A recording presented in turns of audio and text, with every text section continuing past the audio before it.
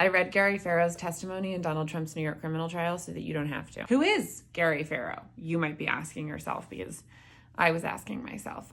He is a man in finance, and he was Michael Cohen's personal banker at First Republic. He says that he's here to testify willingly, but he also has received a subpoena, and he does have lawyers present, which I think is true of all of the witnesses so far. They all have their own lawyers. Before we get to the Michael Cohen of it all, the prosecution essentially has Gary Farrow talk us through the fact that, like, when you open up a bank account, especially a big fancy bank account, the bank does its due diligence to see if they think it's sketchy or not. He's like, there are some types of companies that First Republic just straight up won't work with, including like gambling, adult entertainment, etc. Then he talks us through the difference between private banking and retail banking. Retail banking is what most of us do, where like our bank has a bunch of little terrible mini stores that we can walk into off the street and make little deposits and leave. And private banking means that you've got like someone assigned to your account that helps you do anything you want to do money-wise: mortgage, car loan, new account, business account, etc. He even brags about how at First Republic, like, you don't have to be uber wealthy to have one of these accounts, but also like a lot of the people he works with are. So we know all this, and then Gary Farrow is introduced to Michael Cohen to become his private banker. We learned that First Republic assigns Michael Cohen to Gary Farrow because they think that Gary is like good with difficult clients, and that Michael Cohen is difficult because he always wants everything done urgently. Like, everything is always an emergency with Michael Cohen. Okay, so this is the exciting timeline portion of the recap. On September 30th of 2016, Michael Cohen opens up an LLC called Resolutions Consultants LLC. It's in the business of management consulting. On October 13th of 2016, about 2 weeks later, Michael Cohen calls First Republic to open up an LLC account for Resolutions Consulting LLC. First Republic does do the paperwork to open up the account, saying that the business is management consulting for finance, tech, PR strategy. And then Michael Cohen never funds the account, meaning he never puts money in it, so it never officially becomes active. Then on October 17th, 2016, 4 days after October 13th, 2016, Michael Cohen calls First Republic because he wants to open up an LLC account for Essential Consultants LLC.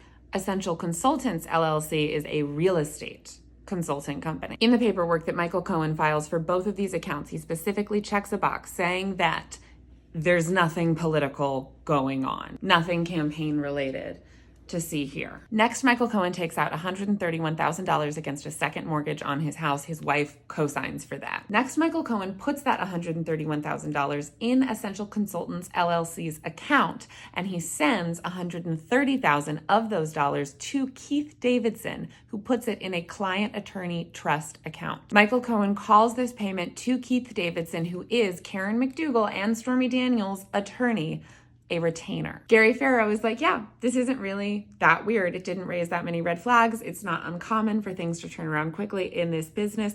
Michael Cohen is a lawyer. He's running a consultancy firm. It wouldn't be that weird for him to pay a retainer to another lawyer. Michael Cohen also doesn't disclose that there's anything political, media story by, or adult entertainment related about this payment. And the prosecution has got this whole line of questioning that sort of suggests that Michael Cohen, a relatively wealthy individual who uses the banks a lot, would probably know that disclosing any of these things to Gary Farrow during the account opening process would slow him down, and he was trying to move quickly. On cross-examination, the defense right away is like, who's paying for your lawyer? And Gary Farrow is like, while I was at First Republic, they were paying for my lawyers. Now I work at this other bank.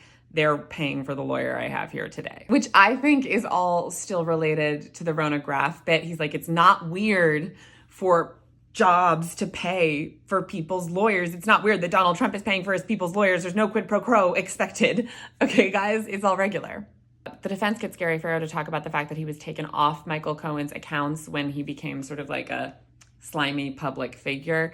Essentially, they're laying the groundwork, I think, for the argument that they're going to be making that, like, Michael Cohen is not to be trusted. And then they're like, you never worked on anything Donald Trump related at First Republic, right? Like, he didn't even use that bank. And then Gary Farrow is like, well, I don't know, he wouldn't have been my client, so I wouldn't have known either way, but I personally didn't work with him. Then on redirect, which is the prosecution, going again. They get Gary Farrow to clarify that the reason that he was taken off Michael Cohen's account and ultimately First Republic cut most of their ties with Michael Cohen is that the Stormy Daniels story broke. Then on recross, which is the defense, they get to go one last time, they're like, you didn't decide to cut ties with Michael Cohen, right? It was the compliance bank people because he's a shady person, right? And Gary Farrow is like, yeah, it wasn't me. I don't make those decisions. I would never make those decisions. It was, in fact, the compliance people because those are the people who make those decisions. And then after Gary Farrow, this one's super quick, sort of transcript-wise, they do Dr. Robert Browning,